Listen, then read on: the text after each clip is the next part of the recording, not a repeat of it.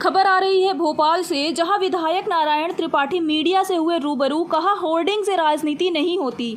सिंधिया जी राष्ट्रीय लीडर कहलाते हैं, आज भी उनका ग्लैमर पूरे हिंदुस्तान के युवाओं में है। मैं कभी कांग्रेस में गया ही नहीं। कांग्रेस से आने के बाद जब मैं भाजपा में आया तो मैं किसी पार्टी में नहीं गया।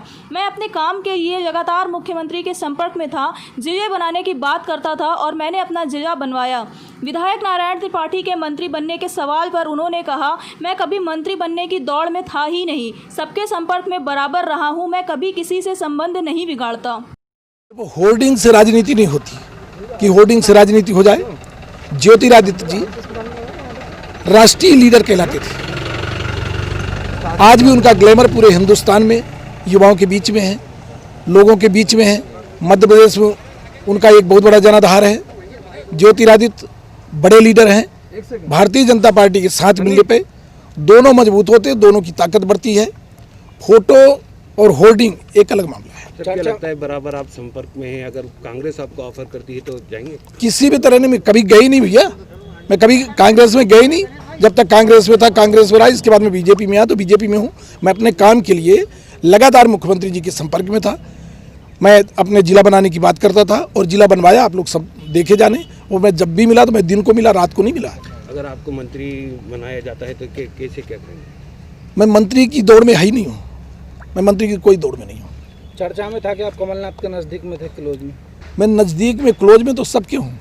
समाजवादी पार्टी के अखिलेश जी हों, मुलायम सिंह जी हों, उनके करीबी हूँ। कांग्रेस पार्टी के तमाम नेताओं के करीबी हूँ, इसलिए कि मैं वहाँ भी राजनीति किया। अब जहाँ हूँ भाजपा में हूँ। संबंध रिश्ते में ख़त्म नहीं करता। संबंध रिश्ते जहाँ बनते हैं उनको मैं निभाने का काम करता हूँ। संबंध रिश्ते मेरे हैं, पर राजनीति मेरी भारतीय जनता पार्टी की है। जो राजनीति करेगा दावा उसको करना पड़ेगा। जो भी दल के लोग होंगे वो ये बोलेंगे कि हम पूरी सीटें जीतेंगे। पर मैं एक सामान्य बात पूछना चाहता हूँ कि शिवराज जी का राजनीति करने का अंदाज, लोगों के बीच में रहने का अंदाज, किसानों के लिए, गांव के छोटे मोटे गरीब घर परिवार के लोगों के लिए, और साथ में प्लस हो जाए ज्योतिरादित्य का यंग यूथ का ग्लैमर, दोनों जब एक साथ होंगे तो कौन चुनाव लड़ सकता है? कोई चुनाव लड़ने लायक नहीं बचेगा। 24 में 24 सीट बीजेपी जीतेगी, इस बात का दावा करते हैं। 24 में 24 सीट।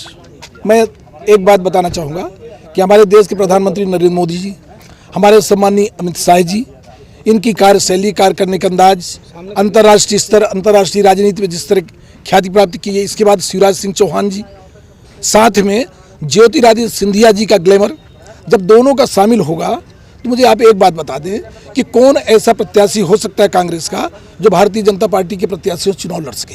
तो 24 में 24 सीट बीजेपी जीतेगी।